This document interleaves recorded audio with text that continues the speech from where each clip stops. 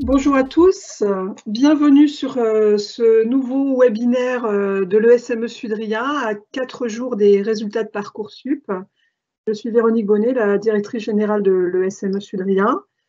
Avant de commencer ce live vidéo et en attendant que d'autres participants nous rejoignent, je vais vous donner quelques explications sur le fonctionnement de ce live vidéo.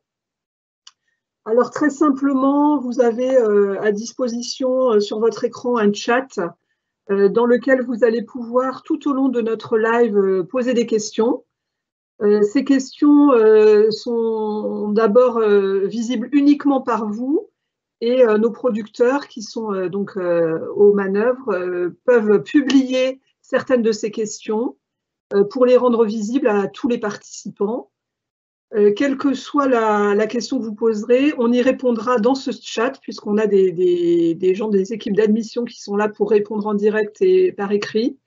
Et puis, certaines questions seront reprises à l'oral en direct, afin de partager les réponses et surtout de pouvoir donner la parole aux différents animateurs de ce live pour qu'ils puissent apporter leurs réponses d'experts ou d'étudiants. Voilà, donc n'hésitez pas, certaines questions seront publiées un peu plus tard en fonction du déroulement prévu du live, puisqu'on a évidemment un déroulement et un ordre du jour à vous proposer. Donc même si vous posez une question sur un sujet qui sera traité un petit peu plus tard, eh bien nous publierons votre question et nous la traiterons au moment venu. Voilà pour les explications. Je vais vous présenter les participants et les gens qui sont avec nous ce matin pour répondre à toutes ces questions. Sachez d'abord qu'on a choisi pour ce live, dernier live avant les résultats de Parcoursup, de choisir l'axe de l'intégration à l'école et donc de vous présenter l'école sous l'angle de comment ça se passe pour quelqu'un qui arrive et qui intègre le SME.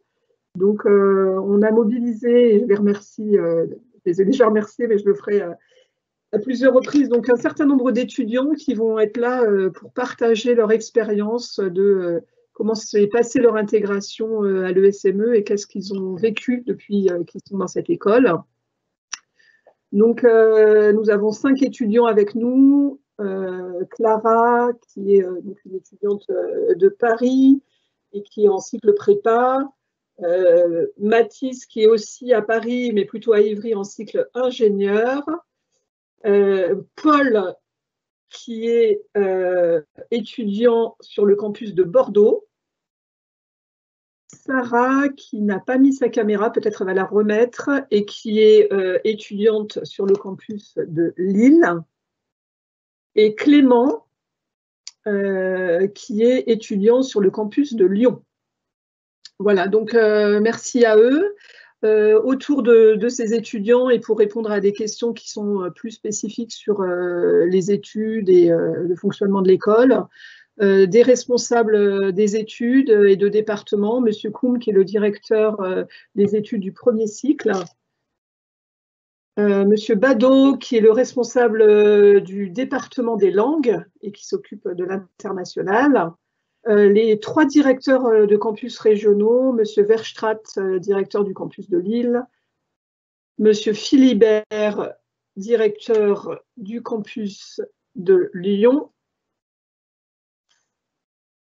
j'attends l'affichage, et M. Crouzil, qui est le directeur du campus de Bordeaux.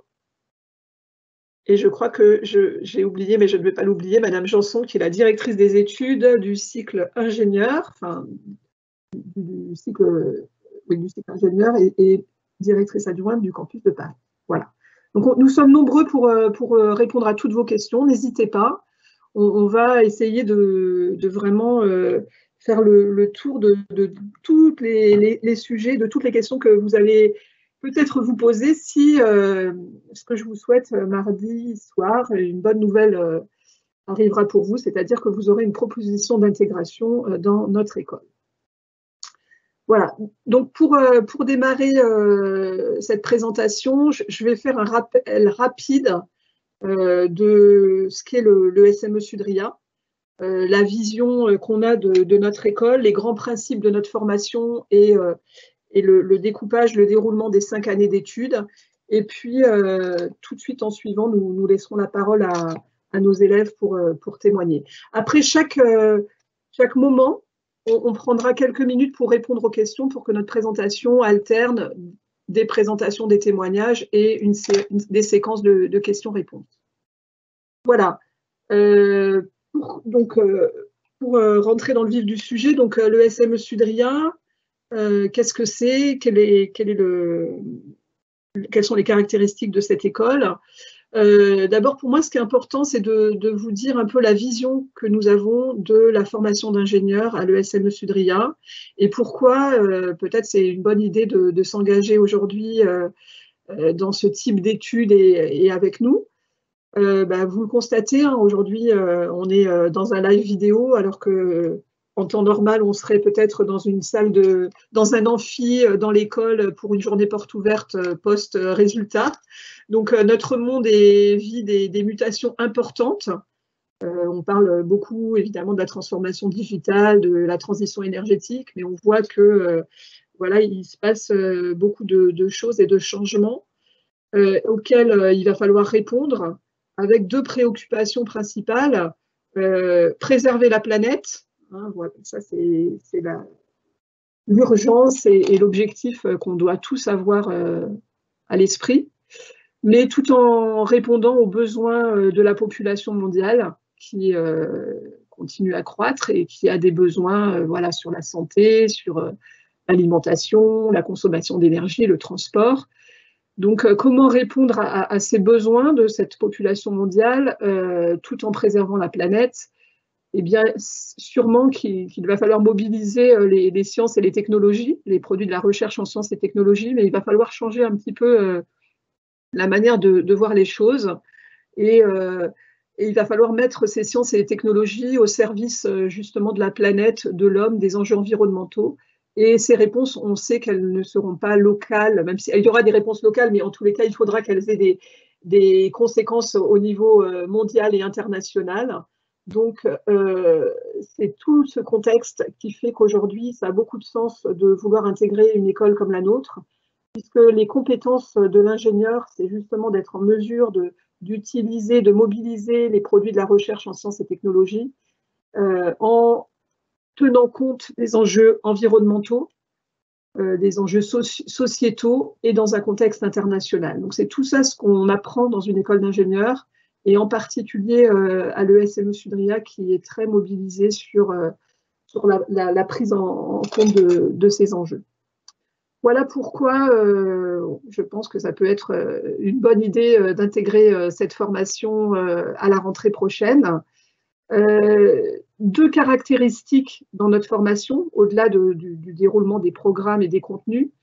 Comment on conçoit nos programmes pour former des ingénieurs qui seront capables d'appréhender et de trouver des réponses à ces enjeux que je viens de présenter.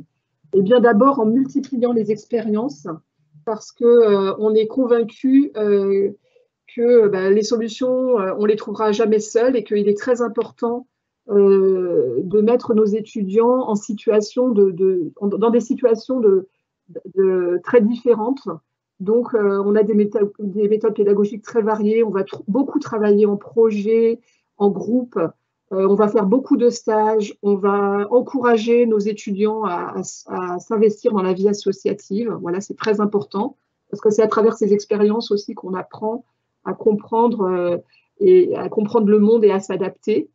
Et puis, deuxième grand principe, une école très, très ouverte sur les autres, qui va multiplier les collaborations avec d'autres domaines, d'autres métiers. Vous le verrez, on peut avoir des doubles compétences, ingénieur designer, ingénieur manager, faire de la recherche, se lancer dans l'entrepreneuriat, s'ouvrir à toutes les cultures. Voilà les 2 grands principes qu'on a toujours en tête quand on développe nos programmes et quand on les fait évoluer. Juste pour finir cette présentation générale de démarrage, comment ça se déroule ces 5 années, hein, puisque là, vous êtes là parce que vous êtes en en post-bac, donc vous avez 5 ans d'études devant vous pour devenir des ingénieurs, eh bien, ces 5 ans d'études à l'ESME, elles vont être découpées en 4 grandes étapes. La première étape, c'est les 2 années de prépa, donc c'est la première bulle sur ce graphique, donc qui représente 2 ans. Ensuite, on a une année, donc c'est la 3e année d'études, qui est l'année, ce qu'on appelle chez nous le socle commun. Donc c'est une année de tronc commun et qui va construire les bases de la formation de l'ingénieur ESME et qui est commune à tous les étudiants. C'est un tronc commun pluridisciplinaire. Pour suivre l'étape suivante, c'est 6 mois obligatoires d'études à l'international. L'international, c'est très important dans notre formation. Et l'ouverture et la capacité à travailler à l'échelle internationale, c'est très important. Donc, c'est le début de la 4e année d'études qui est consacrée à ce semestre obligatoire à l'international. Et enfin, la dernière étape qui est l'étape de la professionnalisation, donc au retour de l'international et donc au milieu de la 4e année et pour 1 an et demi. Donc on va se professionnaliser en choisissant un domaine d'expertise que l'on va étudier en profondeur et pour lequel on va faire beaucoup de projets et de stages. Voilà un petit peu le déroulement des 5 années d'études à l'ESME. Donc moi, je vous ai donné, on va dire, la vision d'ensemble, comment ça se passe ces 5 ans. Je vais juste faire un petit point, je pense que c'est court, mais regardez si on a déjà des questions à ce sujet. Alors, une petite question, effectivement, un point que j'ai pas précisé. Il y a quelqu'un qui nous dit, dans l'email de l'ESME, il est indiqué qu'il sera proposé 800 créneaux de rendez-vous pour tous les candidats classés. Pourriez-vous nous en dire plus à ce sujet?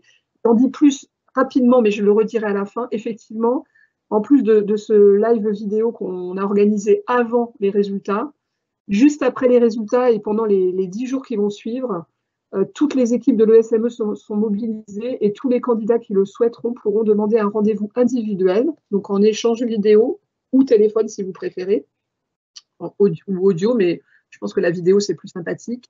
Et pendant 20 minutes, vous pourrez poser toutes vos questions à des responsables de l'école, que ce soit des directeurs de campus, des enseignants, des responsables de département, des directeurs des études. Voilà, on s'est mobilisé pour proposer 800 créneaux de rendez-vous.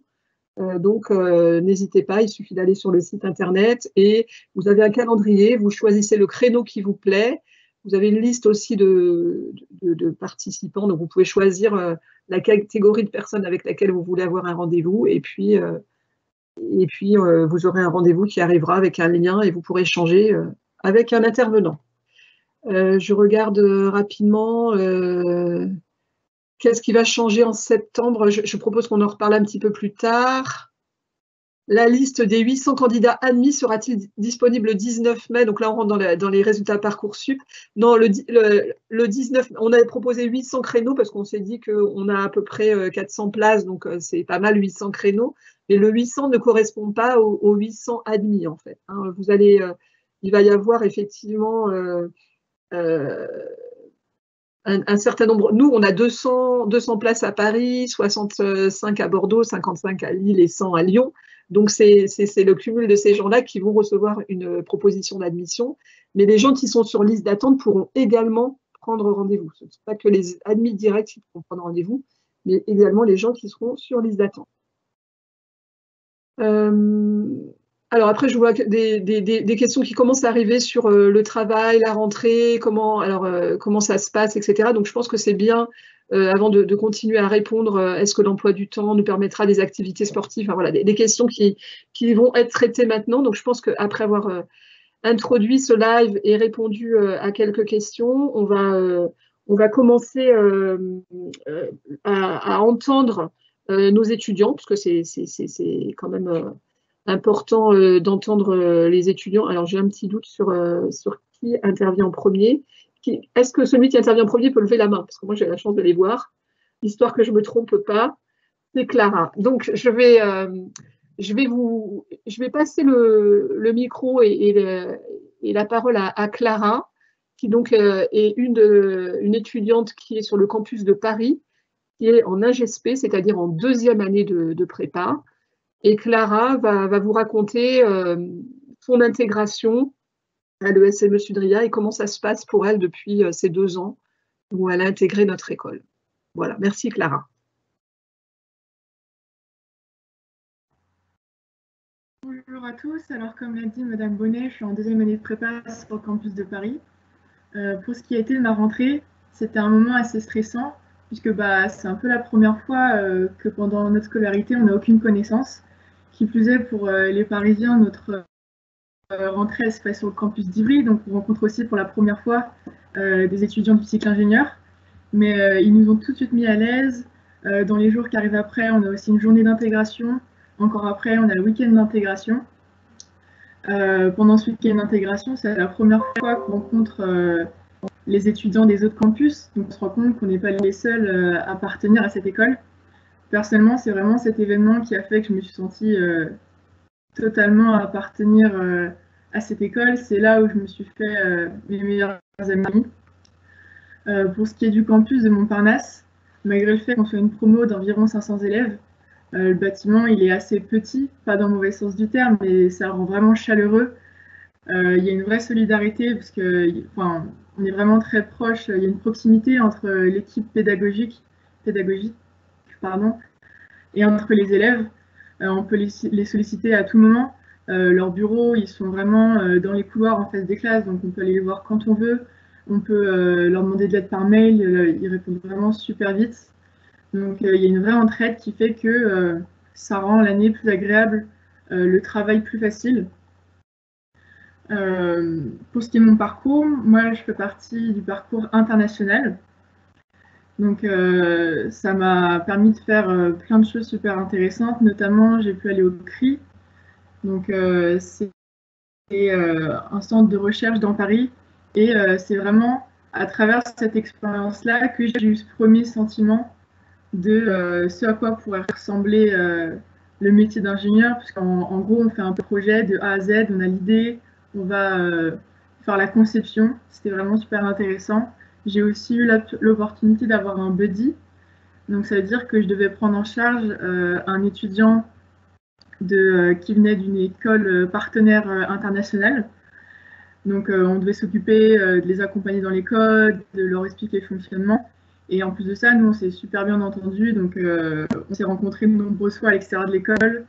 On a essayé de leur faire découvrir la culture française en les emmenant dans plein d'endroits à Paris, en allant manger dans des restaurants. Encore aujourd'hui, on est amis et c'était vraiment super agréable. Et pour ce qui est de la vie associative, moi je fais partie de l'équipe de basket. C'est la première année où on a pu monter une équipe féminine. Et malgré ça, on a eu de super résultats. C'est dommage que la saison elle soit finie plus tôt que prévu, malheureusement. Mais pareil, on a construit de super souvenirs et notamment lors de nos premières victoires, c'était vraiment super sympa. Merci Clara pour ce premier témoignage. On va écouter les 5 étudiants et puis après on va faire une petite pause questions-réponses. Donc maintenant, je vais passer le micro à Sarah. Sarah qui est étudiante à Lille et qui est actuellement en 3e année, donc en première année du cycle ingénieur. Et donc Sarah, c'est à vous. Ah, pas de micro Sarah, il faut brancher votre micro. C'est bon. Alors bonjour à tous. Donc comme Madame Bonnet le disait, je viens du campus de Lille. Moi, il se trouve que je viens de la campagne. J'ai fait toute ma scolarité de la 6e à la terminale dans le même établissement. Donc, j'ai eu toujours les mêmes amis, la même classe. Et quand j'ai fini ma terminale, je me suis dit comment est-ce que je vais faire pour me faire des nouveaux amis parce que ça faisait très longtemps que ça ne m'était pas arrivé. Et j'avais un petit peu d'appréhension, comme tout élève qui d'un coup arrive dans un milieu qu'il ne connaît pas. Mais grâce à la semaine d'immersion en anglais, qui est le premier événement qu'on a eu à notre rentrée de SUP, donc en première année, on a été placé sous forme de petits groupes de projets parce qu'on a une thématique et on doit vraiment fournir un contenu avec des petits montages vidéo ou des photos, avec de l'écrit aussi. Et en fait, ce qui se passe, c'est que vous arrivez et vous devez tout de suite casser la glace parce que vous avez un projet à rendre à la fin de la semaine. Donc, c'est super sympa et vous créez des amitiés tout de suite. parce que vous devez parler en anglais avec eux. Il faut vraiment trouver des trucs vraiment sympas pour mettre dans votre projet. Et ça crée des souvenirs, ça crée des très forts liens. Et j'ai l'énorme plaisir aujourd'hui de dire que les gens avec qui j'étais dans mon groupe sont devenus mes meilleurs amis. C'est-à-dire que Adélaïde, par exemple, pour que on voit un petit peu quelque chose de concret, Adélaïde est devenue ma colocataire et j'ai le plaisir de partir en semestre international avec Nathan, qui était aussi dans mon groupe. Et c'est vraiment que du bonheur parce que on rentrait chez nous le soir, donc dans Lille. Le campus est en plein cœur de Lille, donc super agréable. On rentrait chez nous comme si on se connaissait depuis des semaines. Et c'est que du bonheur souvent quand on a envie de faire quelque chose, on a envie de prendre une photo avant et après pour voir l'amélioration. Et moi, je sais que j'ai des souvenirs comme ça qui sont dans mes affaires et je peux voir des photos de nous à l'époque où à aucun moment j'aurais pu imaginer que ça serait mes amis à ce point aujourd'hui. Donc ça fait très très plaisir. Ensuite, pour être intégrée un peu plus dans l'école, si je parle en termes d'années, j'ai eu la chance de participer à l'association Suderie Additive. Donc, il faut savoir que dans tous les campus, on a un Fab Lab où on réalise nos projets, nos prototypes. Mais sur le campus de Lille, on a une association phare qui est l'association d'impression 3D qui a pour but de développer un petit peu plus le labo et en plus d'aller à l'extérieur pour démocratiser l'impression 3D. Donc, j'ai vraiment fait partie de cet assaut. Je suis arrivée sans rien connaître, donc c'est ce qui montre bien qu'on peut arriver sans avoir aucune connaissance et les années supérieures nous apprennent tout ce savoir-faire et ces compétences. Et ça mène même moi, j'ai pu présider cette association. Donc, ça montre bien qu'on peut vraiment acquérir énormément de choses. Et grâce à toute cette maturité, ces compétences que j'ai acquéries durant ces années, j'ai pris en maturité et j'ai pu me lancer dans un projet personnel. C'est-à-dire que j'ai proposé un projet à un hackathon. Donc, un hackathon, c'est un week-end d'émulation scientifique où les participants mettent au service des porteurs de projets toutes leurs compétences pour que le projet grandisse et puisse voir le jour. Et grâce à ça, j'ai vraiment eu la chance d'avoir de l'expérience en plus. Et aujourd'hui, je peux dire que ça a été fou. J'ai eu la chance de remporter un des 3 prix qui étaient proposés. Et à ce moment-là, vous vous rendez compte que vous faites partie intégrante de l'école parce que vous passez, j'ai envie de dire, de l'ombre à la lumière parce qu'on vient vous voir, on vous demande comment vous avez eu cette idée et puis toutes ces connaissances en impression 3D ou d'autres outils que vous avez appris dans l'école. Comment ça vous est venu et en fait, tout simplement, le SME fait partie de votre identité, quoi, puisque c'est le bagage qui vous a permis d'arriver jusqu'ici. Merci beaucoup Sarah pour ce témoignage. On va faire un petit tour de France, c'est assez agréable. D'ailleurs, c'est ce qui m'arrive souvent. Et donc, on va partir à Bordeaux. Je ne sais pas s'il est à Bordeaux d'ailleurs, pour écouter Paul.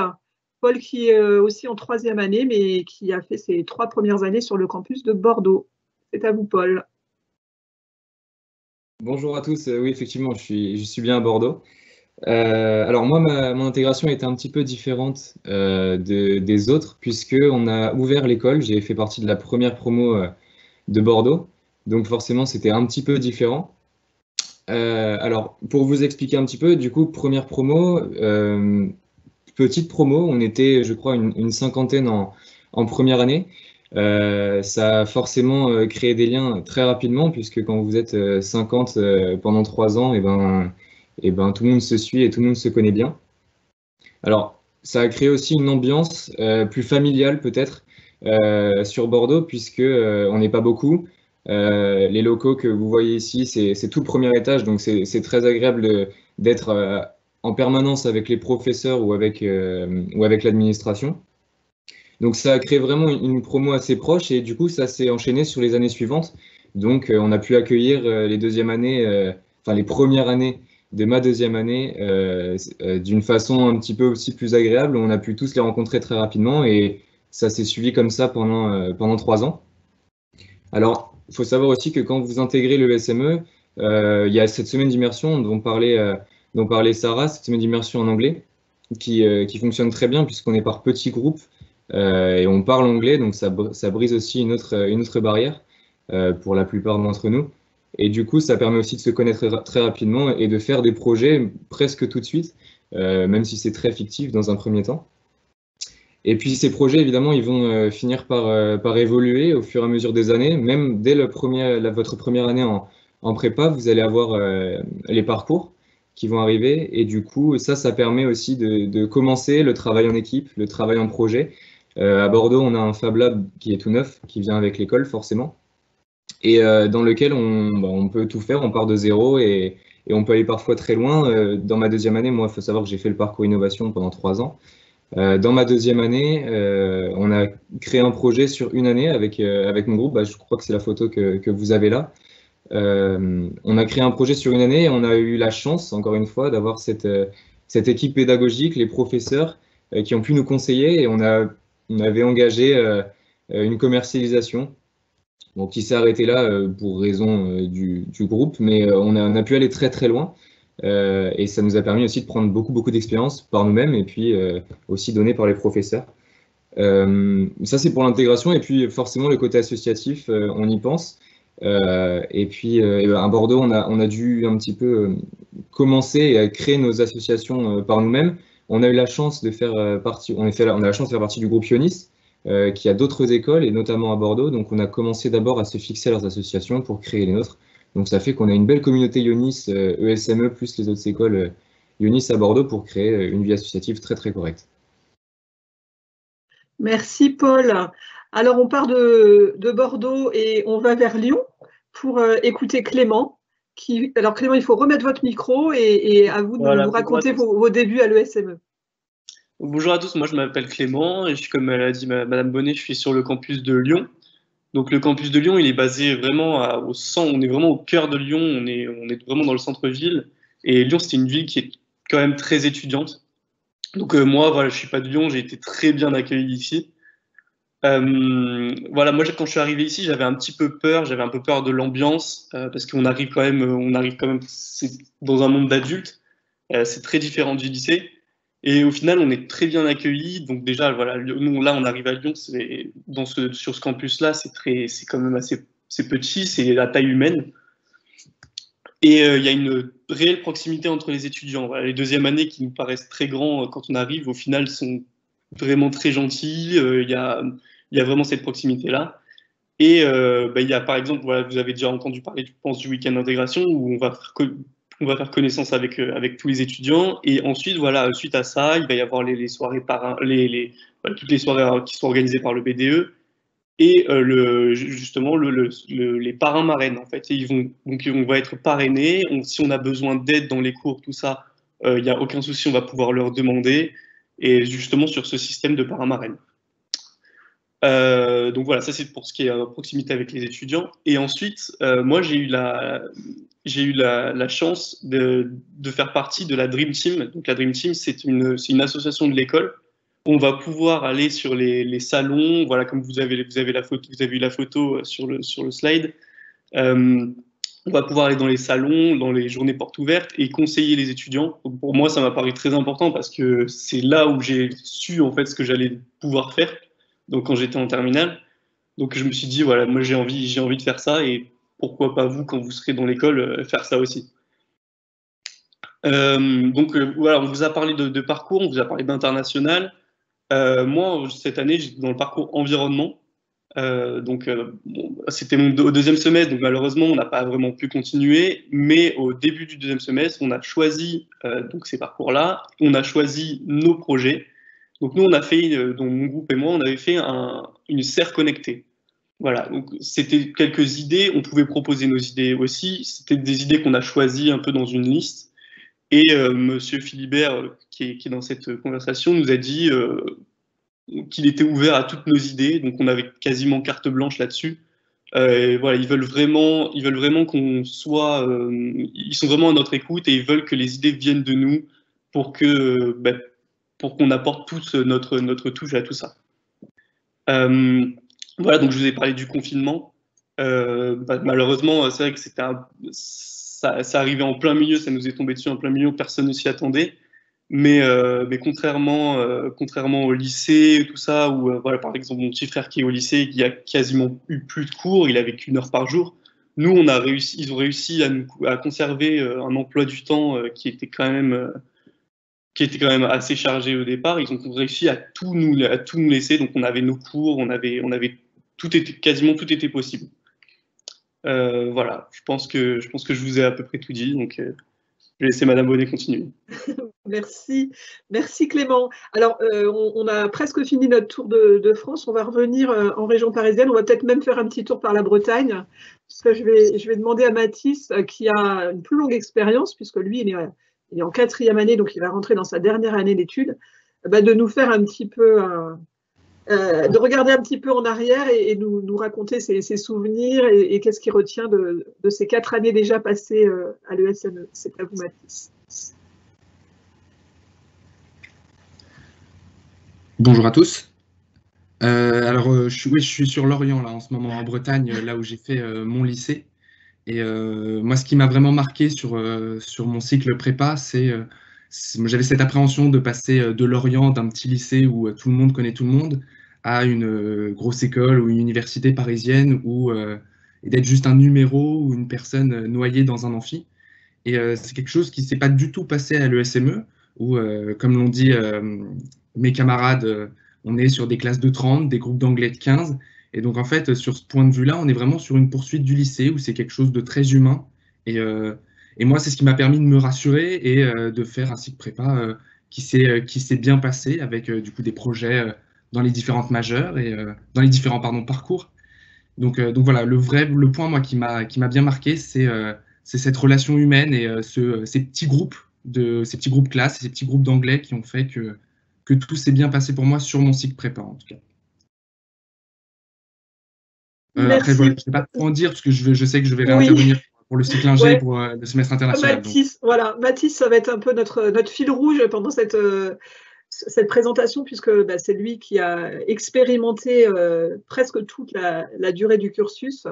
Donc, on va peut-être faire une petite pause pour répondre à certaines questions, parce qu'on en a eu beaucoup. Alors, j'en ai vu une passer sur le sport, la place du sport à l'ESME, et comme on a Clara qui nous a parlé de basket, peut-être, Clara, est-ce que vous pouvez nous dire comment est-ce qu'on peut continuer à pratiquer le sport tout en faisant sa prépa à l'ESME? Il faut remettre votre micro. C'est à vous. Je peux y aller? Oui, c'est à vous. Oui, du coup, si vous faisiez partie d'un club, forcément, ça va être un peu compliqué de continuer à aller à tous les entraînements, puisque en fonction de si vous habitez plus ou moins loin de votre campus, vous aurez le temps. Mais le jeudi après-midi est consacré justement aux activités extrascolaires et notamment aussi pour pratiquer le sport. Donc oui, il y a le temps de continuer à faire du sport. Après, si vous avez des entraînements le week-end, c'est possible de continuer. Donc oui, bien évidemment, il y a encore un peu de temps pour faire du sport et je pense que c'est important aussi d'en faire parce que ça permet un peu de respirer, de couper un peu avec les cours. Donc c'est important de continuer à avoir des activités comme ça extrascolaires. Merci Clara. Il y a une question sur la possibilité de changer de campus, puisqu'on vous a fait faire le tour de France.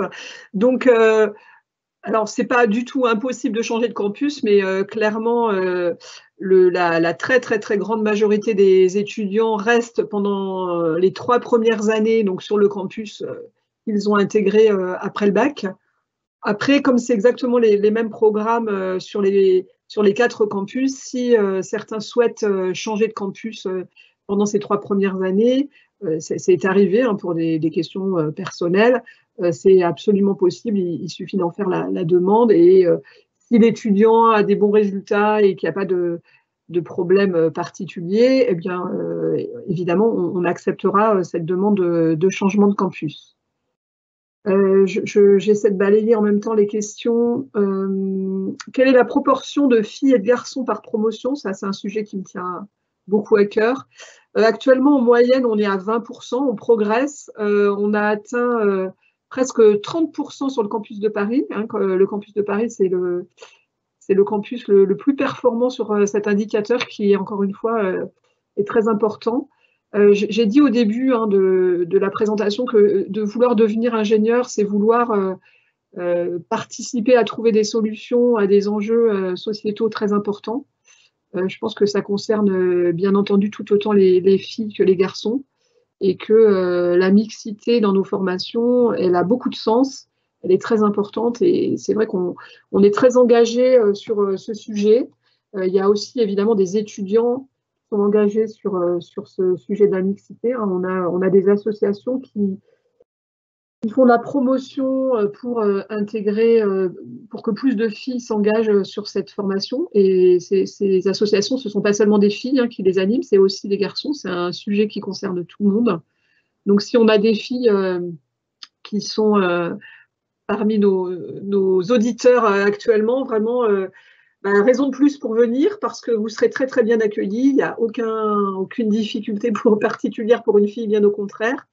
Et sachez qu'à la fin du cursus, les employeurs nous demandent des jeunes femmes diplômées ingénieurs et malheureusement, on n'a pas assez de jeunes femmes par rapport à la demande des entreprises. Donc, vous aurez un tapis rouge tout au long de votre scolarité et même à la fin. Donc, vraiment, n'hésitez pas à vous engager sur cette voie.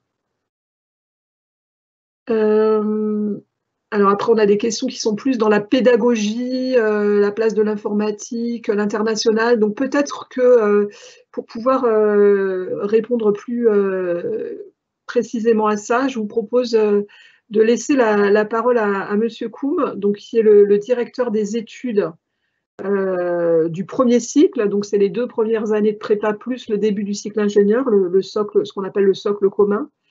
Et donc, en fait, M. Koum va vous présenter un peu plus précisément le déroulement et le contenu de ces 3 années. Et ça va répondre à pas mal des questions qui portent sur ce sujet et qui sont actuellement dans le chat. Donc, M. Koum, c'est à vous. Ok, merci beaucoup et bonjour à tout le monde. Je suis ravi de vous accueillir sur ce live. Donc, je suis Hervé Koum, je suis le directeur des études des 3 premières années à l'ESME Sudria. Donc, je vais vous présenter un petit peu ces 3 premières années. Auparavant, je vais peut-être rebondir sur ce que les étudiants de l'ESME que vous avez pu écouter vous ont dit, et peut-être justement faire un focus sur la classe préparatoire intégrée, parce que dans le chat, il y a des questions là-dessus, notamment une question de Candice, à qui j'ai promis de répondre sur ce sujet. Donc, effectivement, vous avez pu entendre les élèves de l'ESME parler dans un premier temps de l'accueil en classe préparatoire, avec un peu de stress pour les uns, avec de l'enthousiasme pour les autres. Le premier point que je voulais souligner, effectivement, c'est que nous sommes une école, et donc je suis responsable des 3 premières années. Ces 3 premières années sont sur 4 sites, Lille, Lyon, Bordeaux, Paris, mais c'est bien une école. Pour autant, ces 4 sites ont leur spécificité.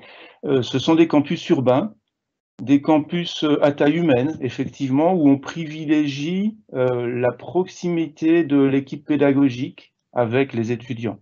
Donc c'est une formation qui va se dérouler en toute bienveillance et vraiment avec à la fois de la bienveillance de l'équipe pédagogique vis-à-vis des étudiants, et puis beaucoup de solidarité et d'entraide entre les étudiants. Ça, c'est quelque chose de très, très important et fondamental pour étudier dans la classe préparatoire intégrée de l'ESME Sudria. Ensuite, c'est une formation qui va privilégier, dès l'entrée dans l'école, la recherche de compétences. Certains élèves ont parlé de parcours. Les élèves vont donc pouvoir, dès la première année, commencer à travailler à la fois sur leur projet professionnel et puis sur la recherche d'un parcours qui va progressivement les amener à choisir une voie d'insertion professionnelle qui vous sera présentée à la fin de ce live. Ces parcours, au nombre de 6, sont l'innovation, l'international, le management, un parcours biotech et santé, un parcours énergie et environnement, et le petit dernier qui va arriver à la rentrée, c'est le parcours ingénieur-designer.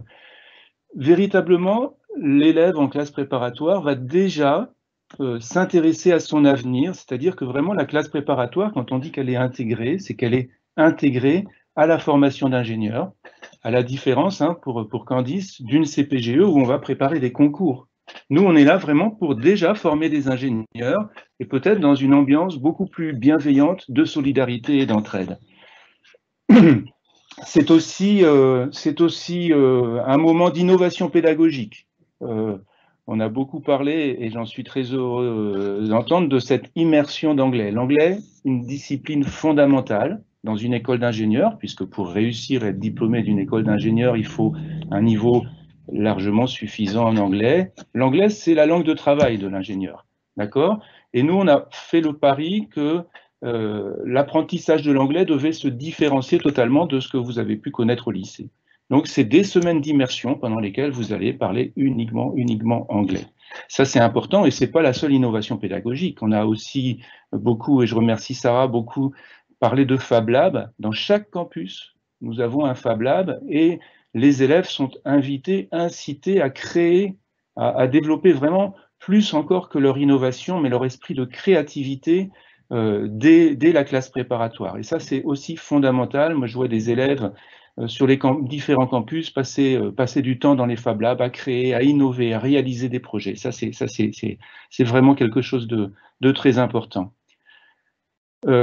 Enfin, pour parler malgré tout du contenu, du socle commun et de la formation, et puis les élèves qui sont là ne me reconnaîtraient plus si je ne parlais pas quand même de l'exigence de travail dans une classe préparatoire. Ça reste une classe préparatoire, d'accord? Avec une exigence de travail, mais une exigence de travail qu'on arrive vraiment à tempérer, je dirais, à modérer par cet accompagnement. Vraiment, on a sur chaque campus une équipe pédagogique qui est à l'écoute des élèves. On est là pour vous permettre de réussir, pour vous permettre d'atteindre votre objectif. Mais bien entendu, ça reste le fait des élèves de devoir travailler. Il y avait beaucoup de questions dans le chat sur combien de travail en plus.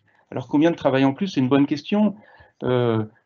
Je dirais qu'il y a deux critères de réussite dans une classe préparatoire intégrée comme le SME.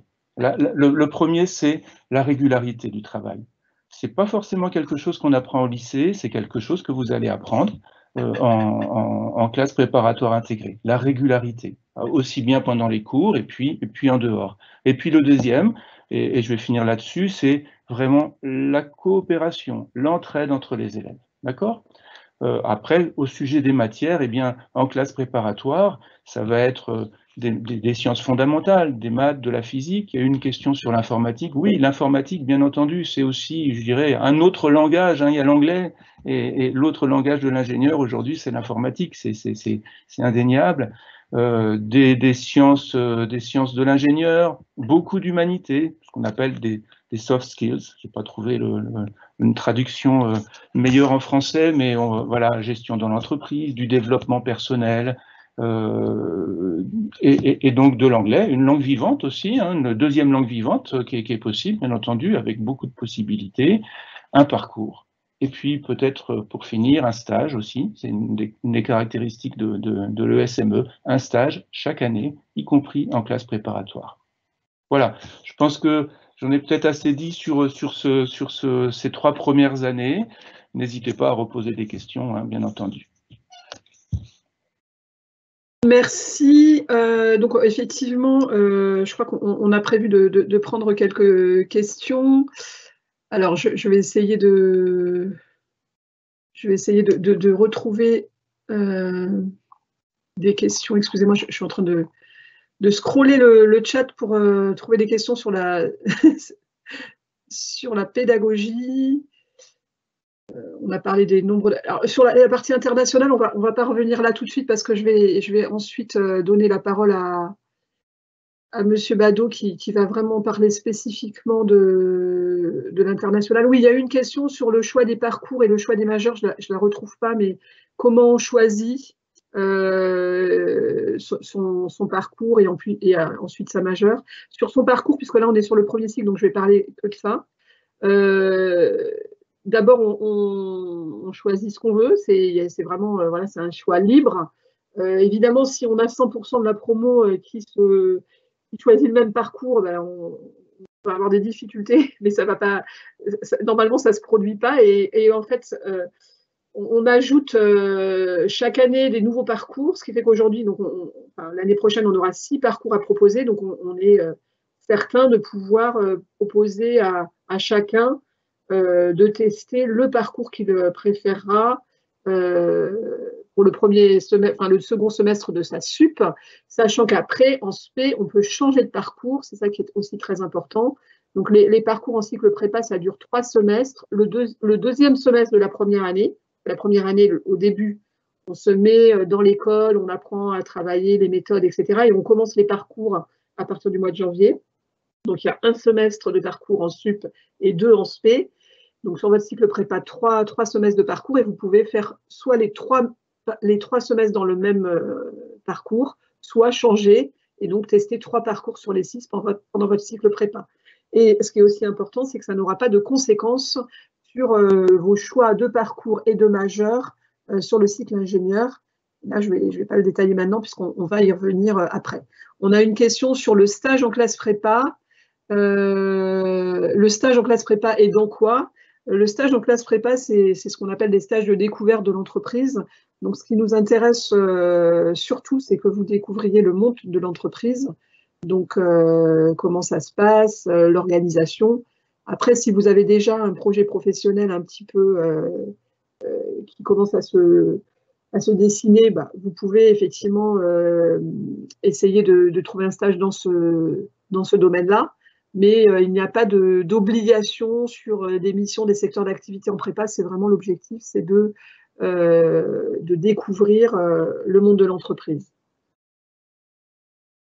Il y a une question sur les classes inversées. Peut-être je vais redonner la parole à Monsieur Koum pour répondre à cette question. Les classes inversées sont-elles une pratique courante? C'est une question qui vient de nous être posée.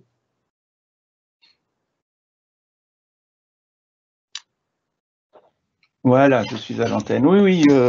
Alors c'est une pratique qui fait partie des nombreuses pratiques pédagogiques de l'école. C'en est une, il y en a beaucoup d'autres, mais c'en est une. Nous avons développé sur une plateforme informatique donc des mini-modules d'enseignement, et sur certaines matières, nous demandons aux élèves donc de regarder ces modules avant de venir en présentiel avec un enseignant pour des séances de travaux dirigés où on va reprendre certaines notions et puis appliquer ces notions. Mais nous avons plein d'autres modalités pédagogiques, l'apprentissage par problème, les travaux de groupe, donc les travaux dirigés, beaucoup de travaux pratiques, des projets, etc. Les semaines d'immersion d'anglais, c'est vraiment une multiplicité d'approches pédagogiques qui permettent à l'élève de trouver et de s'adapter à plein de choses différentes et en même temps de trouver celle qui lui convient le mieux et donc de performer, de réussir sa scolarité par ce biais-là. Une autre question, toujours pour Monsieur Koum. Y a-t-il beaucoup d'échecs en première année? C'est ma question préférée. Alors, c'est ça. Il y a forcément quelques échecs en première année. Il y a forcément quelques échecs en première année et les causes, elles sont de deux sortes. Hein. Les causes, elles sont de deux sortes. Je dirais que la première cause évidente, c'est un manque de travail. Ça peut arriver, voilà, il y a des circonstances de vie particulières qui font qu'on n'a pas la possibilité de se mettre suffisamment au travail, de s'adapter, etc. Ou bien même parce que de la même façon que nous invitons des élèves qui ont choisi une autre orientation post-bac à nous rejoindre en cours de classe préparatoire, et ben, il y a des élèves qui peuvent estimer s'être trompés, c'est la vie, ça peut tout à fait arriver. Et puis il y a donc manque de mise au travail, oui, et puis donc cette problématique de réorientation qui font que effectivement il y a des élèves qui vont changer de cursus essentiellement en cours ou en fin de première année. On va d'ailleurs les accompagner, hein, parce que ça fait partie de notre rôle. de les accompagner aussi, je vous ai déjà beaucoup parlé d'accompagnement, mais à trouver la voie dans laquelle ils vont s'épanouir, c'est le plus important. Donc oui, quelques élèves en échec, mais de façon assez naturelle, je dirais, pas d'inquiétude à avoir là-dessus, et dans tous les cas, un accompagnement pour tous les élèves. Il y a plusieurs questions sur l'accompagnement à la recherche de stage. Alors évidemment, oui, et on a une direction des relations entreprises qui organise des forums et qui prépare les élèves à la recherche de stage, qui les aide dans la méthodologie de rédaction d'un CV, comment candidater, auprès de quelle entreprise.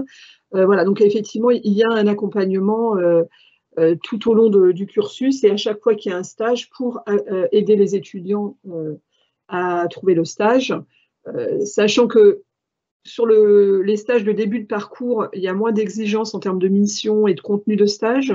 Donc là, les étudiants font aussi beaucoup appel à leur réseau personnel, mais c'est pas du tout grave, hein. L'idée, c'est d'apprendre à aller postuler et passer du temps dans l'entreprise. Et puis, plus on avance, plus les stages ont, je dirais, des cahiers des charges, c'est-à-dire des exigences plus importantes, notamment en 4e et 5e année. Mais là, il y a moins de problèmes parce que l'étudiant, il a déjà tout un parcours de formation. Et je peux vous dire que même sur les stages de dernière année, on a beaucoup plus d'offres que d'étudiants. Donc, nos étudiants sur les stages de fin d'études, vraiment, ils n'ont aucun souci pour trouver un stage. On va aborder le sujet suivant. Alors, je vais l'aborder d'une façon un peu...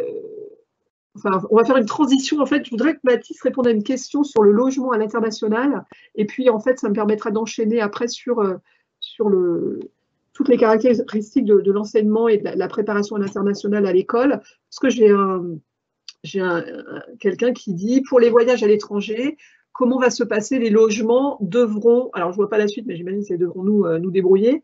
Donc Mathis, puisque parmi nos étudiants présents, vous avez déjà expérimenté le séjour à l'international, et en introduction de la présentation de M. Badeau qui va suivre, est-ce que vous pouvez nous dire un petit mot sur comment ça s'est passé pour vous ce semestre à l'international, avec aussi la partie logement, mais plus généralement? Oui, il n'y a aucun souci. Alors moi, je suis parti l'année dernière en Corée du Sud, dans une université, à Sejong University, où j'ai continué à étudier l'ingénierie sous l'angle des maths, de la programmation, de l'énergie, avec des points de vue de cours un peu différents en France. C'était des cours qui étaient un peu parallèles, mais abordaient de différents points de vue, donc ça permet de réfléchir autrement. Sur le logement, j'étais en chambre universitaire avec l'université. Donc, c'est quelque chose que j'ai préparé avant de partir et où l'école, en fait, m'a aidé. C'était dans leur partenariat avec l'université où je suis allé. Et je me suis retrouvé dans une chambre avec 4 personnes. Donc, on avait une chambre de 20-25 mètres carrés avec des lits superposés, chacun son bureau, notre salle de bain.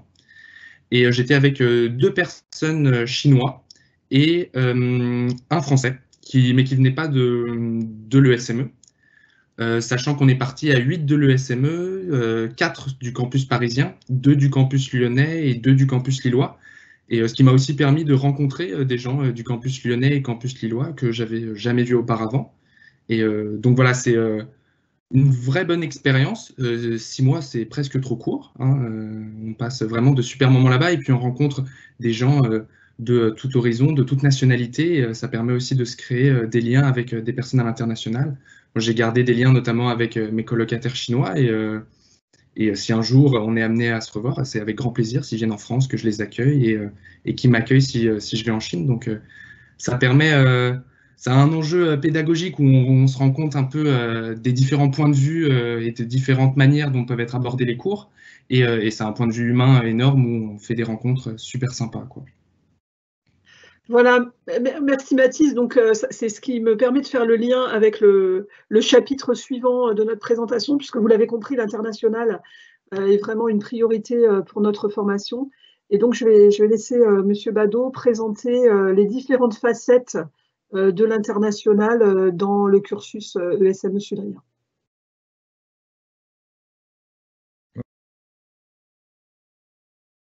Il n'y a pas de micro, M. Badeau. Pardon. Bonjour à tous, excusez-moi si vous avez peut-être pu lire sur mes lèvres, c'est ce qui fait de moi le responsable du département des langues. Voilà. Et aussi du parcours international et de la section anglophone, donc nous avons la chance d'ouvrir à partir de septembre.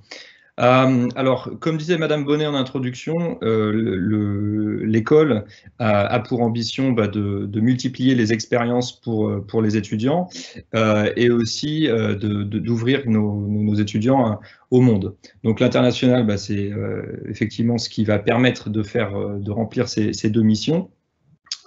Comment ça se passe concrètement? Il y a d'abord, on va dire le point central de l'international à l'école, c'est le semestre d'études à l'international qui maintenant est un peu ça a été la base pour nous pour développer toute l'offre internationale. On a aujourd'hui plus de 60 universités partenaires, on est sur les 5 continents, donc ça nous permet vraiment d'envoyer nos étudiants, non pas seulement juste par exemple en Europe, mais sur tous les continents, et de varier l'offre aussi même au sein des pays dans lesquels on vous envoie. Donc par exemple, vous avez certains pays où vous avez des universités où les campus sont plus petits que d'autres, les endroits, les villes sont différentes aussi, ce qui vous permet d'avoir vraiment une variété quand vous aurez l'occasion de choisir là où vous souhaitez partir. Voilà. Ce qui est très important de noter, c'est que toutes les universités offrent des cours en anglais. Donc de toute façon, où que vous alliez, que ce soit voilà, en Afrique du Sud, au Mexique ou en Corée du Sud, vous aurez des cours en anglais. On a aussi, ça c'est un point qui revient pas mal, je l'ai vu sur le chat, la question des LV2. Donc c'est optionnel à l'ESME, mais nous avons fait le choix d'avoir des LV2 qui soient orientés, on va dire pratiques, mais aussi culturels. Donc pratique parce que, comme le disait Monsieur Koum, l'anglais c'est la langue de travail de l'ingénieur. Mais il est évident qu'il y a d'autres langues qui sont très importantes pour un ingénieur, le chinois, le coréen, l'allemand, qui sont des langues qui sont culturellement très proches de la culture de l'ingénieur, mais aussi l'ouverture aux autres étant très importante chez nous, nous avons fait le choix d'offrir aussi des cours de japonais, par exemple. Alors, il y a aussi une très forte culture ingénierie au Japon, mais ça permet, si vous voulez, pour les étudiants, d'avoir cette ouverture vers une culture qui peut paraître parfois un petit peu différente de la nôtre. Et donc, c'est très important pour nous de mettre ça en place. Les étudiants ont aussi le choix, s'ils le souhaitent, en plus de l'offre de base de l'ESME, de prendre une autre langue. Dans ce cas-là, il faut absolument que j'ai, on va dire, 7-8 étudiants qui décident de l'étudier. Alors, il y a aussi l'offre du parcours international. Le parcours international, c'est vraiment, c'est une chance pour les étudiants qui souhaitent développer déjà à l'ESME avant de partir à l'étranger cette fibre qu'ils peuvent avoir pour l'international. Alors comment ça se passe? Il y a vraiment 2 piliers. Il y a tout ce qui est culture anglophone, technologique et scientifique. Ça, c'est quelque chose qui est donc très très important parce que c'est pas parce qu'on parle de mathématiques en anglais qu'on le fait de la même manière si on a un background américain, anglais ou français. Donc il y a aussi une culture et une méthode qu'il va falloir acquérir pour bien comprendre comment les gens raisonnent. Donc ça, c'est le premier pilier. Le deuxième pilier, c'est encore cette ouverture vers les autres. Donc ça se concrétise par des cours en anglais, par exemple sur la géopolitique. Nous avons la chance sur certains campus d'avoir des experts dans ces domaines, que ce soit les relations internationales, la géopolitique, mais aussi la philosophie. Quand on dit philosophie, c'est pas exactement le programme que vous avez en terminale, mais peut-être plutôt une philosophie de l'action. On a un professeur, par exemple, sur le campus de Paris, qui est aussi un enseignant de l'ESSEC, qui est américain et qui est un docteur en histoire et qui va faire un cours sur la pensée critique et créative. Voilà, donc ce sont des choses qui vont être à la fois très importantes pour des valeurs humanistes que l'on souhaite développer chez nos étudiants, mais aussi qui vont vous permettre de directement voir comment vos projets scientifiques et technologiques peuvent avoir un impact sur le monde. Voilà. Alors, le cycle anglophone, donc le parcours international, juste pour bien différencier, parce qu'on risque d'avoir beaucoup de questions, donc je vais essayer d'être le plus concret là-dessus. La différence entre le parcours international et le cycle anglophone, le parcours international, c'est un des 6 parcours dont M. Koum parlait. Et donc, le cycle anglophone, pardon, c'est tout le cycle prépa et puis ensuite ingénieur, mais en anglais. Ça veut dire qu'en gros, le cycle anglophone, c'est tous les cours que les étudiants qui vont étudier en français font, vous allez les étudier en anglais.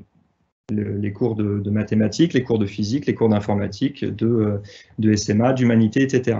Voilà. Donc c'est indépendant du parcours. On peut imaginer par exemple qu'un élève qui est dans le cycle anglophone décide de faire un autre parcours. Peut très bien faire le parcours biotech. Voilà. Effectivement, si nous avons des étudiants qui ne parlent que l'anglais, le parcours international aura toute sa valeur pour cet étudiant, puisqu'il ne pourra pas forcément intégrer un parcours francophone. Voilà. L'idée, c'est aussi pour ces étudiants-là d'avoir un niveau d'anglais qui est vraiment excellent.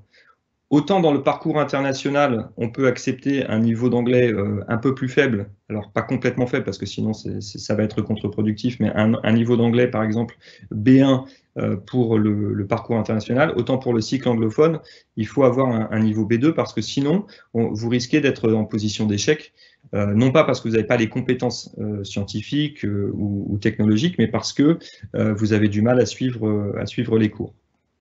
Voilà, sachant qu'il y a la possibilité à tout moment pour un étudiant de rejoindre le cycle francophone. Par exemple, on peut imaginer qu'il souhaite étudier une majeure qui n'est pas dans le cycle anglophone, ou bien parce que peut-être il se sent plus à l'aise en français. Mais il y a aussi l'autre possibilité, c'est-à-dire que quelqu'un qui aurait un niveau d'anglais peut-être plus faible qu'il ne le pense, peut intégrer le parcours international en sup pendant le 2e semestre, pour ensuite, si son niveau augmente, si aussi il fait un travail personnel, aller vers la section anglophone. Voilà.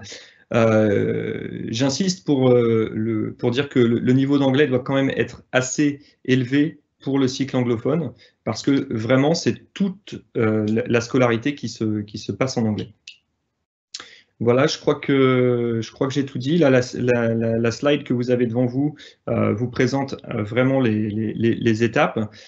Sur le cycle ingénieur, le cycle anglophone, ce sera des majeurs, donc, qui existent déjà, elles sont déjà enseignées en anglais, mais j'imagine qu'on va en parler bientôt. Et il y a une possibilité de faire un double diplôme avec une de nos universités partenaires. Voilà, on en a une dizaine à l'heure actuelle qui offrent des accords, enfin, avec qui on a des accords de double diplôme à l'étranger. Voilà, je crois que j'ai à peu près tout dit. Merci beaucoup, Monsieur Badeau. Juste une petite question sur le choix des destinations internationales. J'ai vu des questions passer. Est-ce que tout le monde, enfin, est-ce qu'on choisit, voilà, comme ça, de façon complètement libre? Est-ce que vous pouvez préciser ce point, s'il vous plaît? Alors, en fait, ça se fait par un classement. Il y a certains prérequis. Chaque destination a certains prérequis. Alors, les prérequis sont un seuil de notes dans les matières scientifiques et aussi un niveau d'anglais.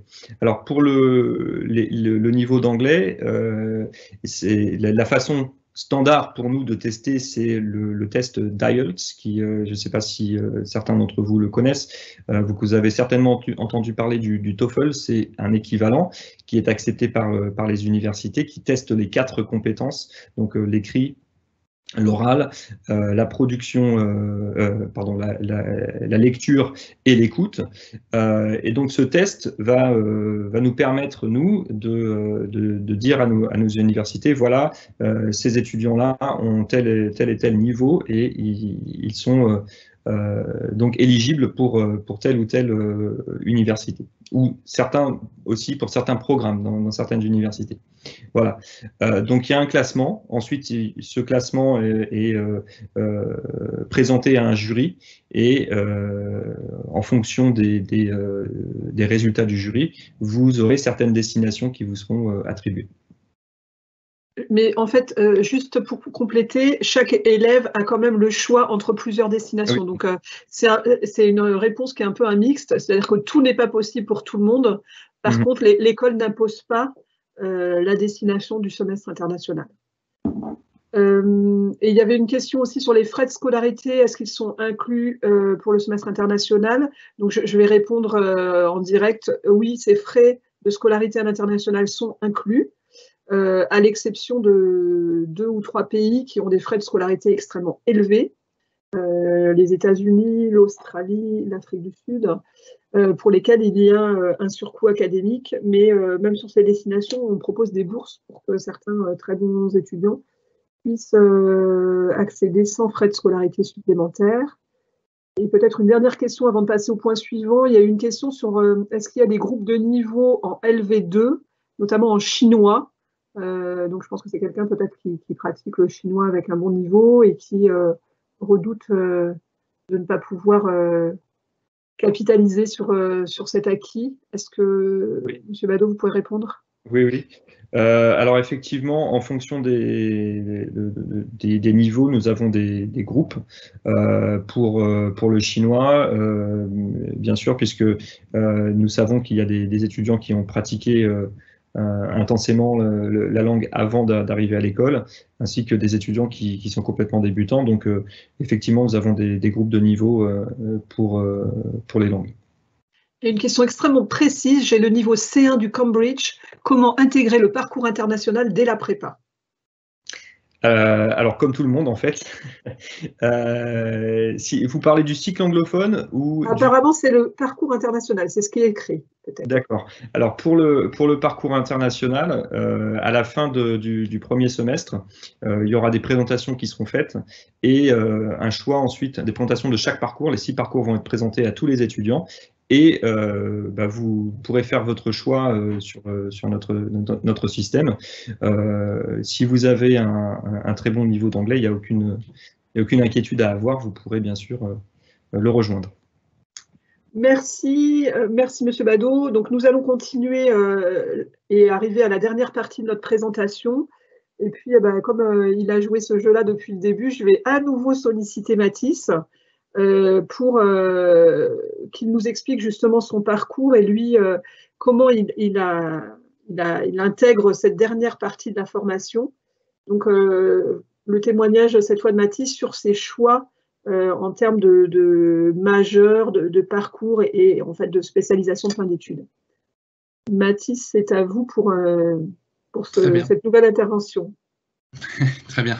Alors oui, il faut savoir que quand je suis rentré à l'ESME Sudria, et je ne savais pas trop quoi faire, je cherchais une voie assez généraliste et surtout une voie qui me permettait de tester différents domaines dans l'ingénierie toujours, parce que c'était les sciences qui m'intéressaient sortant d'un bac S. Et donc l'ESME Sudria avec ses différents parcours m'a permis justement de tester différents domaines dans le cycle prépa. Et en fait, c'est à la suite d'un projet en 2e année de prépa autour de l'énergie et de la production d'énergie renouvelable que je me suis rendu compte que c'était le parcours énergie qui me correspondait le mieux en fait. Et donc c'est pour ça que j'ai choisi le parcours énergie en 3e année comme parcours de prédilection. Et à la suite de ça, dans le parcours énergie sont proposés 3 majeures. Une majeure en véhicule propre et autonome, une majeure en conversion de l'énergie et une majeure en énergie renouvelable et smart grid. Et alors, sur ces 3 thèmes, je me suis renseigné et puis j'ai vu que, un peu au feeling et en fonction des différentes recherches que j'ai pu faire, c'est la majeure en énergie renouvelable et smart grid qui m'intéressait le plus et sur lequel je me posais le plus de questionnements. Et donc, c'est assez naturellement que je suis rentré dans cette majeure-là. Après, ce que moi j'ai retenu de tout ce parcours-là, c'est que on nous donne la possibilité de tester et de faire des choix en connaissance de cause et non pas un choix par défaut dès le début, soit du cycle prépa, soit du cycle ingénieur. Donc, il y a vraiment cette idée de tester et de faire un choix qui nous correspond à nous et pas à une politique d'école ou quelque chose comme ça. Donc, c'est ça, moi, qui m'a bien plu tout au long de mon parcours. Et du coup, j'ai pu avoir, en fait, j'avais des certitudes en rentrant à l'école ou des non-certitudes qui ont évolué tout au long du parcours et qui vont encore évoluer jusqu'à mon diplôme. Et voilà, le SME a permis ça et c'est vraiment ça que je retiens. Merci Mathis. Donc maintenant, pour avoir une vision un petit peu plus complète et détaillée de toutes ces possibilités de majeure et de spécialisation de fin de parcours, donc sur le cycle qu'on appelle le cycle de professionnalisation, je vais laisser la parole à Sonia Janson qui est directrice des études de ce cycle. Très bien.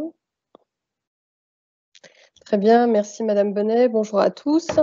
Donc Mathis a déjà fait effectivement un témoignage assez parlant et qui évoque la possibilité de prendre réellement effectivement les commandes lorsqu'on arrive en bout de formation en 4e et 5e année, où on a déjà voilà, commencé à explorer pendant ces 3 premières années pas mal de domaines, d'activités, de types, on a pu voir en conférence des types de métiers différents. Et donc, du coup, en 4e et 5e année, eh bien, on sait à peu près ce qu'on veut. Et c'est là où on va personnaliser au maximum son propre parcours. Donc, en choisissant effectivement une des 16 majeures possibles à l'ESME, hein, ce qui est déjà énorme en interne, mais pas que. Voilà, avec la possibilité d'aller faire une 5e année chez un partenaire, pour avoir un double diplôme, donc que ça soit à Centrale Supélec, ou alors faire le double diplôme avec l'ISG, ou aller sur des domaines de recherche en université, poursuivre sur des doctorats. Voilà, la possibilité de colorer vraiment son CV aussi au-delà de sa spécialité en allant à l'international, faire un double diplôme. Ce sont des choses importantes qui arrivent donc en 4e et 5e année. Et puis, certains vont se positionner effectivement sur des stages dans des grands groupes ou bien dans des startups selon leur envie, leur appétence.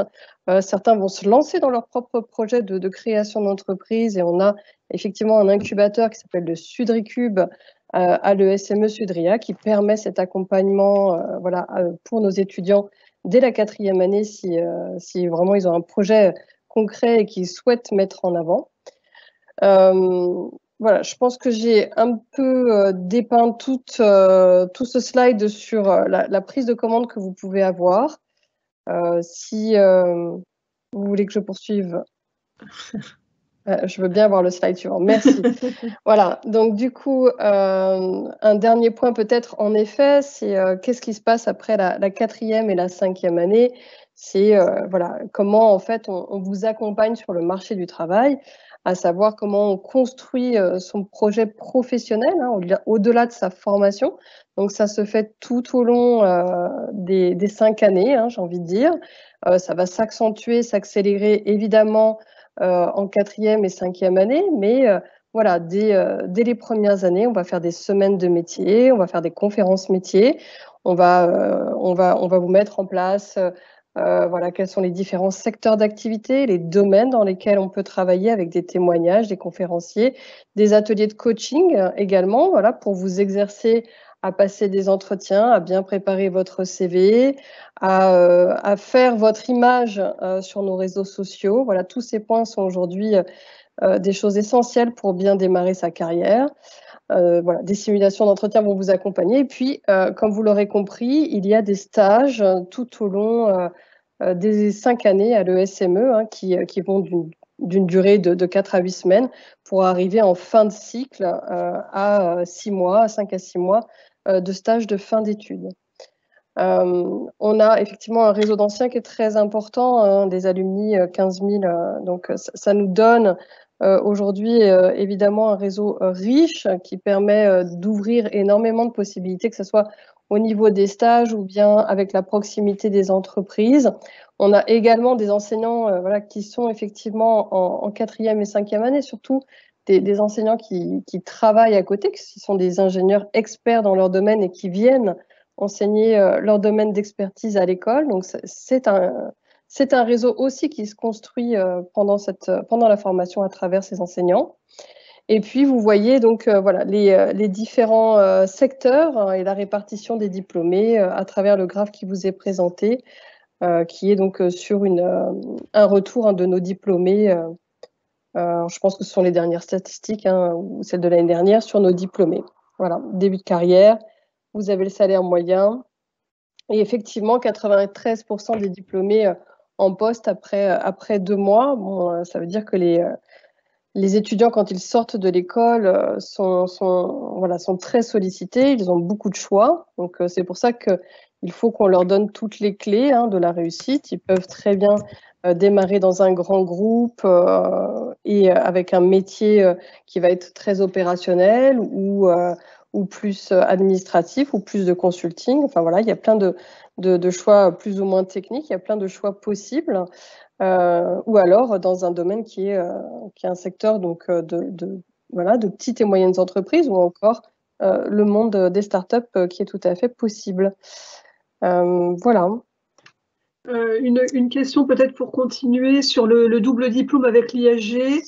Est-il possible, avec le partenariat à l'ISG, d'obtenir un diplôme de finance où nous obtenons que les diplômes de management? Alors, est-il possible d'avoir un diplôme de finance à l'ISG? C'est ça qui C'est ça. D'accord. Alors, donc sur le partenariat double diplôme ESME-ISG, donc effectivement, on est sur 2 spécialités à l'ESME quand on rentre en 4e année, hein, c'est 2 ans. Pour faire ce double diplôme qui est très exigeant hein, puisque les élèves vont avoir une alternance de cours entre nos 2 écoles. Donc voilà, c'est exigeant au niveau de la formation puisqu'on va vous enseigner et on va vous donner les compétences non seulement pour avoir donc soit une spécialité en ingénierie financière et statistique, soit une en big data et digital marketing. Voilà, ce sont aujourd'hui les 2 spécialités. La 3e aujourd'hui n'est pas encore en place, parce que je vois qu'elle est présentée sur le slide. Mais donc pour ces 2 spécialités, donc nos étudiants à l'ESME vont partager leurs enseignements donc à l'ESME et à l'ISG sur des spécialités correspondantes en digital marketing et effectivement en finance. Donc oui, quand on sort du double diplôme, on a non seulement donc le diplôme de l'ESME, ingénieur de l'ESME, et le diplôme grande école, un programme grande école, donc avec une spécialité en finance ou en digital marketing de l'ISG. Voilà. Donc on a une question. Alors Mathilde, j'ai vu que je crois qu'il a répondu par écrit, mais je trouve ça aussi bien qu'il témoigne sur l'énergie. Quels ont été vos projets dans la majeure et dans le parcours et dans la majeure? Donc peut-être Mathis nous préciser ce que vous avez fait en termes de projets sur ce cycle de professionnalisation, mais, même si vous n'avez pas fini. J'étais en train de répondre à l'écrit, mais du coup, je vais le faire à l'oral, ce sera plus simple. Alors, en fait, sur le cycle prépa, on est vraiment sur des thèmes assez libres. Vous devez innover pour le parcours innovation ou pour le domaine de l'énergie. C'est vraiment des thèmes assez libres. Alors, moi, sur le cycle préparatoire, j'avais réalisé une digue hydroénergétique qui, quand les vagues venaient s'écraser sur la digue, ça actionnait un petit mécanisme qui appuyait sur un aimant dans une bobine qui créait un peu d'énergie électrique. Et sur le cycle ingénieur, là, on a toute une partie cours qui rentre, histoire d'avoir de la théorie, d'avoir de la théorie et à pouvoir appliquer sur les projets. Et on a toujours une grande partie projet. Par exemple, cette année, je suis sur un lampadaire autonome donc avec un panneau solaire qui doit être donc complètement autonome. Donc il y a toute une partie projet qui continue entre le cycle prépa et le cycle ingé, et sur le cycle ingénieur, il y a une énorme partie cours qui vient se rajouter. Très bien, merci. J'ai perdu, j'ai vu une question, toujours sur le cycle. Une question pour Madame Janson. Comment se passe le double diplôme à Centrale Supélec? Alors, oui, c'est une question pour moi. Après, Mathis peut témoigner parce que je crois qu'il candidate à Centrale Supélec aussi pour la procédure de candidature, en tout cas. Après, une fois qu'on y est, eh bien, ça se passe de la façon suivante. C'est assez simple.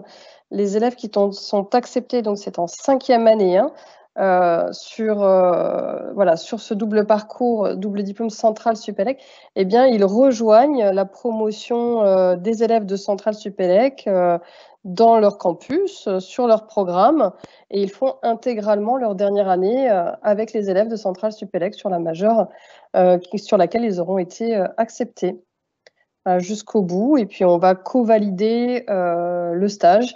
Et ça se passe, le découpage est comme à l'ESME, c'est-à-dire qu'il y a en 5e année 6 mois de période académique et 6 mois de stage pour cette dernière année. Donc chez eux comme chez nous. Alors, 2 autres questions sur des majeurs. Une question sur la majeure robotique. Pouvez-vous, s'il vous plaît, partager un peu votre feedback sur la majeure robotique? C'est large. Ok, c'est large.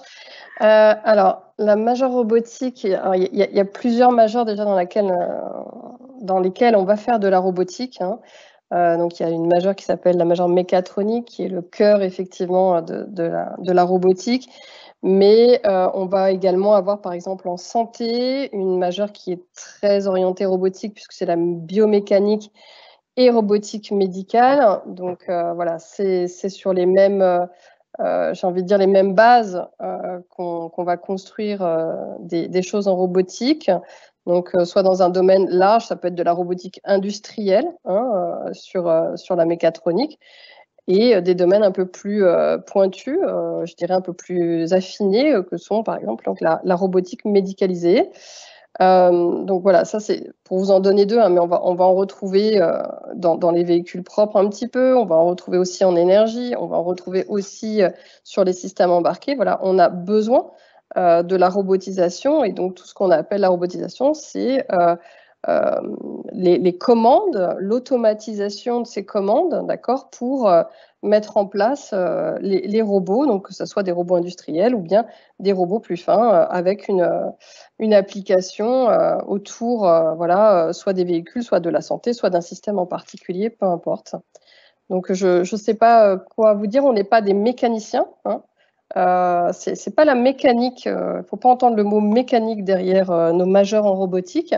Il faut bien entendre ceux qui sont spécialisés dans le design des commandes et de l'automatisation de ces commandes, de ces robots. Voilà. Merci. Donc avec de l'IA ou autre, par exemple. Oui. Une autre question plus sur le parcours biotech et santé. Si on prend biotech et santé, on devra étudier à Subbiotech, point d'interrogation. Alors, voilà. Alors, les 2 majeures, biotech et santé, sont particulières, puisqu'effectivement, elles ont été co-construites avec l'école Subbiotech. Donc, on partage des enseignants, et les étudiants sont des étudiants de l'ESME et également des étudiants de Subbiotech sur certains modules, pas tous, mais une partie. Et il peut y avoir effectivement des enseignements qui pourraient se jouer à Subbiotech. J'ai envie de vous dire qu'aujourd'hui, vu les conditions actuelles, eh bien, nous ne nous sommes même pas posé la question, puisque nous sommes tous en distanciel actuellement, donc ni à l'ESME ni à Subbiotech. Mais il peut y avoir du matériel intéressant, typiquement pour faire des travaux pratiques sur des parties plus cellules biologiques ou autres, où Subbiotech va avoir du matériel de pointe qu'à l'ESME, nous n'aurons pas. Mais par contre, à l'ESME, on va avoir par exemple plus de matériel pour tout ce qui est traitement d'image, traitement des signaux neurologiques ou des choses comme ça. Voilà, donc c'est c'est plutôt à l'ESME aujourd'hui, avec potentiellement donc, quelques travaux pratiques, quelques applications, quelques conférences qui pourraient se faire à Subbiotech.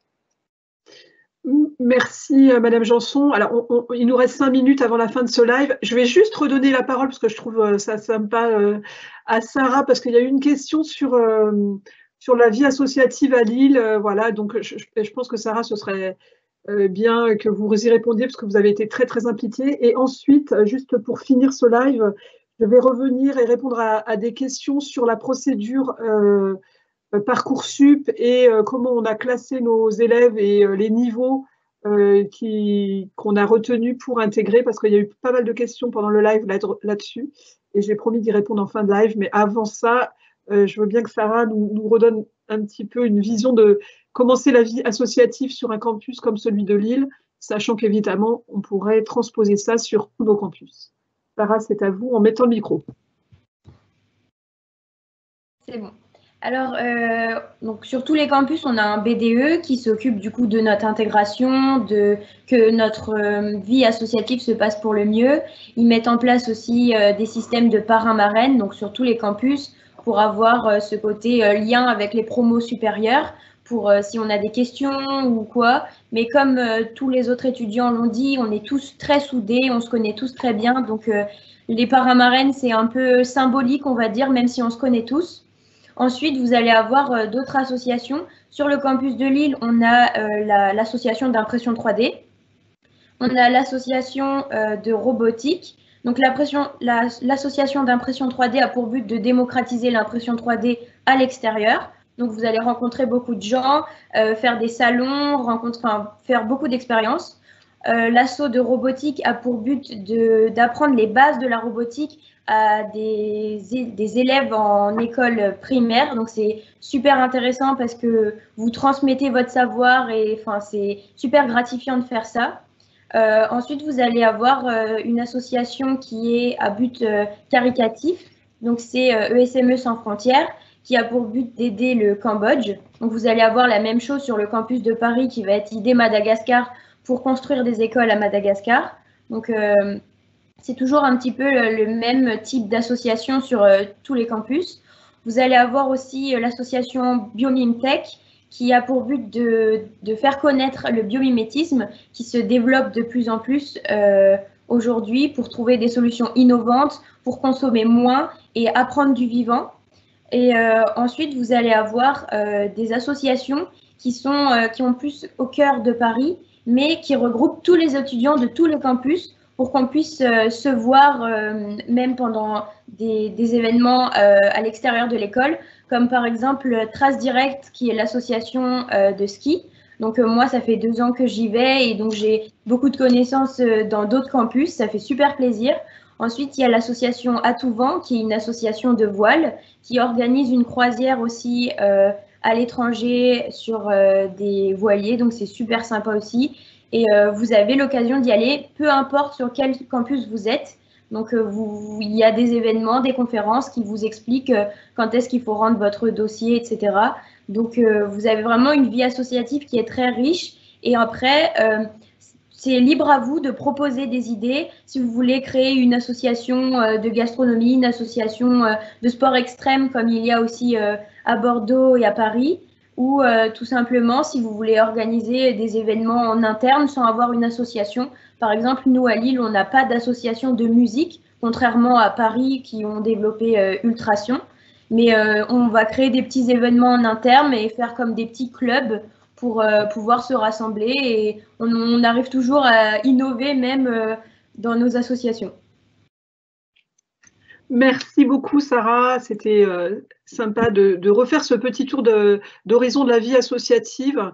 Donc, on a balayé vraiment tous les aspects de ce qu'on fait dans une école d'ingénieur, hein, que ce soit la pédagogie, du cycle prépa aux spécialisations, en passant par l'international et évidemment la vie associative qui est très importante. Avant de clôturer ce live, donc je vais revenir sur les questions concernant les critères d'admission, puisqu'il y a plusieurs questions qui ont été posées sur à quel niveau vous avez mis la barre pour qu'on puisse être admis. Donc là, je sens bien que vous aviez envie que je vous donne avant l'heure la réponse que vous attendez de Parcoursup. Alors, je suis désolée, mais je ne vais pas pouvoir vous donner cette réponse parce que, évidemment, on a regardé et on a mis une note sur votre dossier scolaire.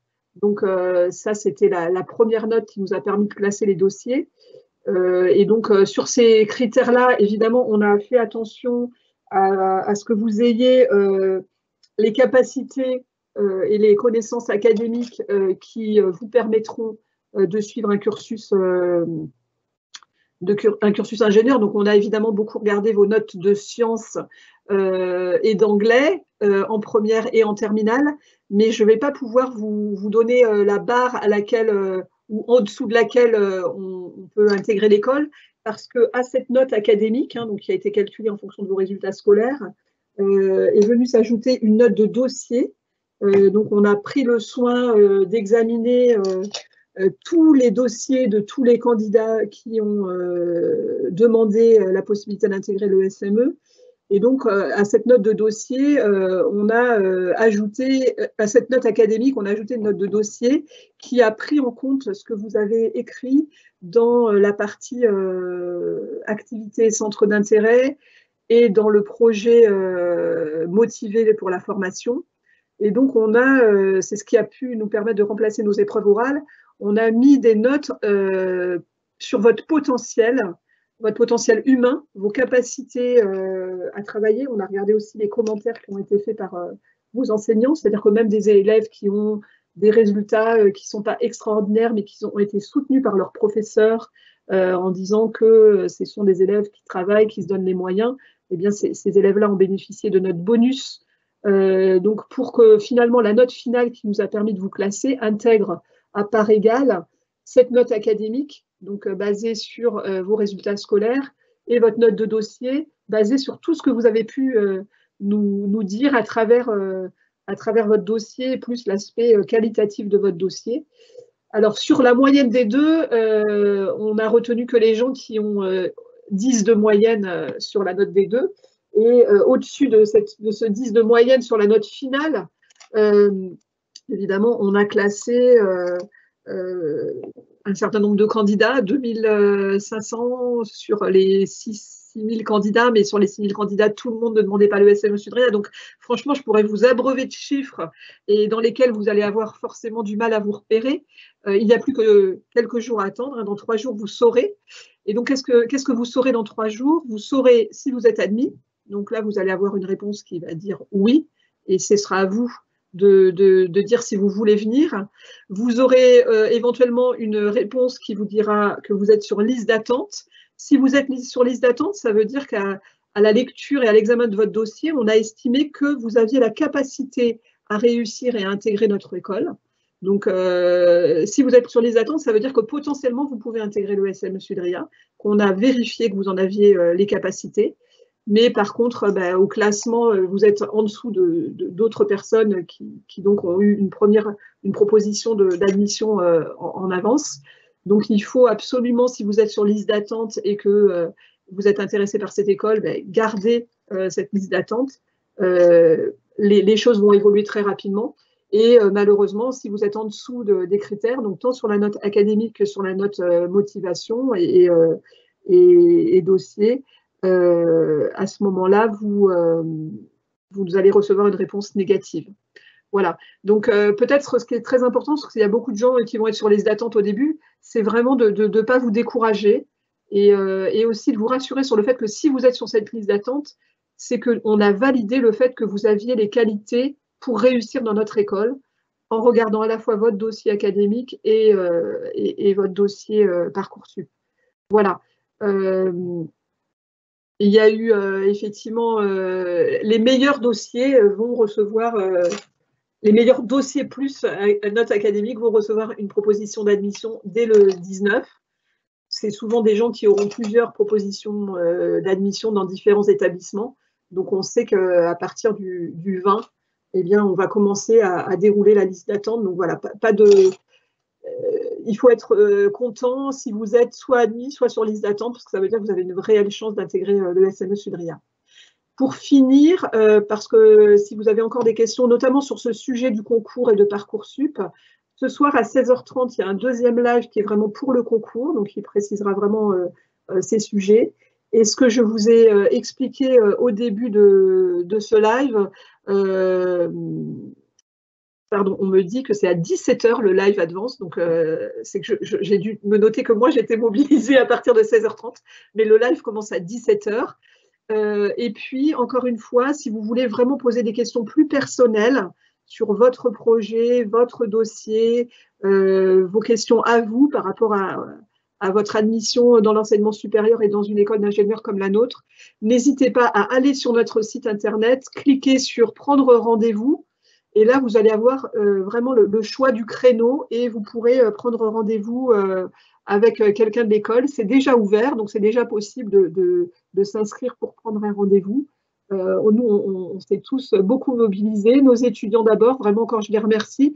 Les 5 qui, depuis 1h30 ce matin, sont avec nous pour voilà, vous témoigner ce qu'eux ont vécu à l'ESME. Et puis, toutes nos équipes pédagogiques, nos directeurs de site, nos directeurs des études, nos enseignants, et qui ont donné des disponibilités en cette période vraiment si particulière pour vous proposer un entretien individuel, répondre à vos questions et vous permettre de gérer cette procédure d'admission Parcoursup qui, on le sait, voilà, pose des questions, crée du stress.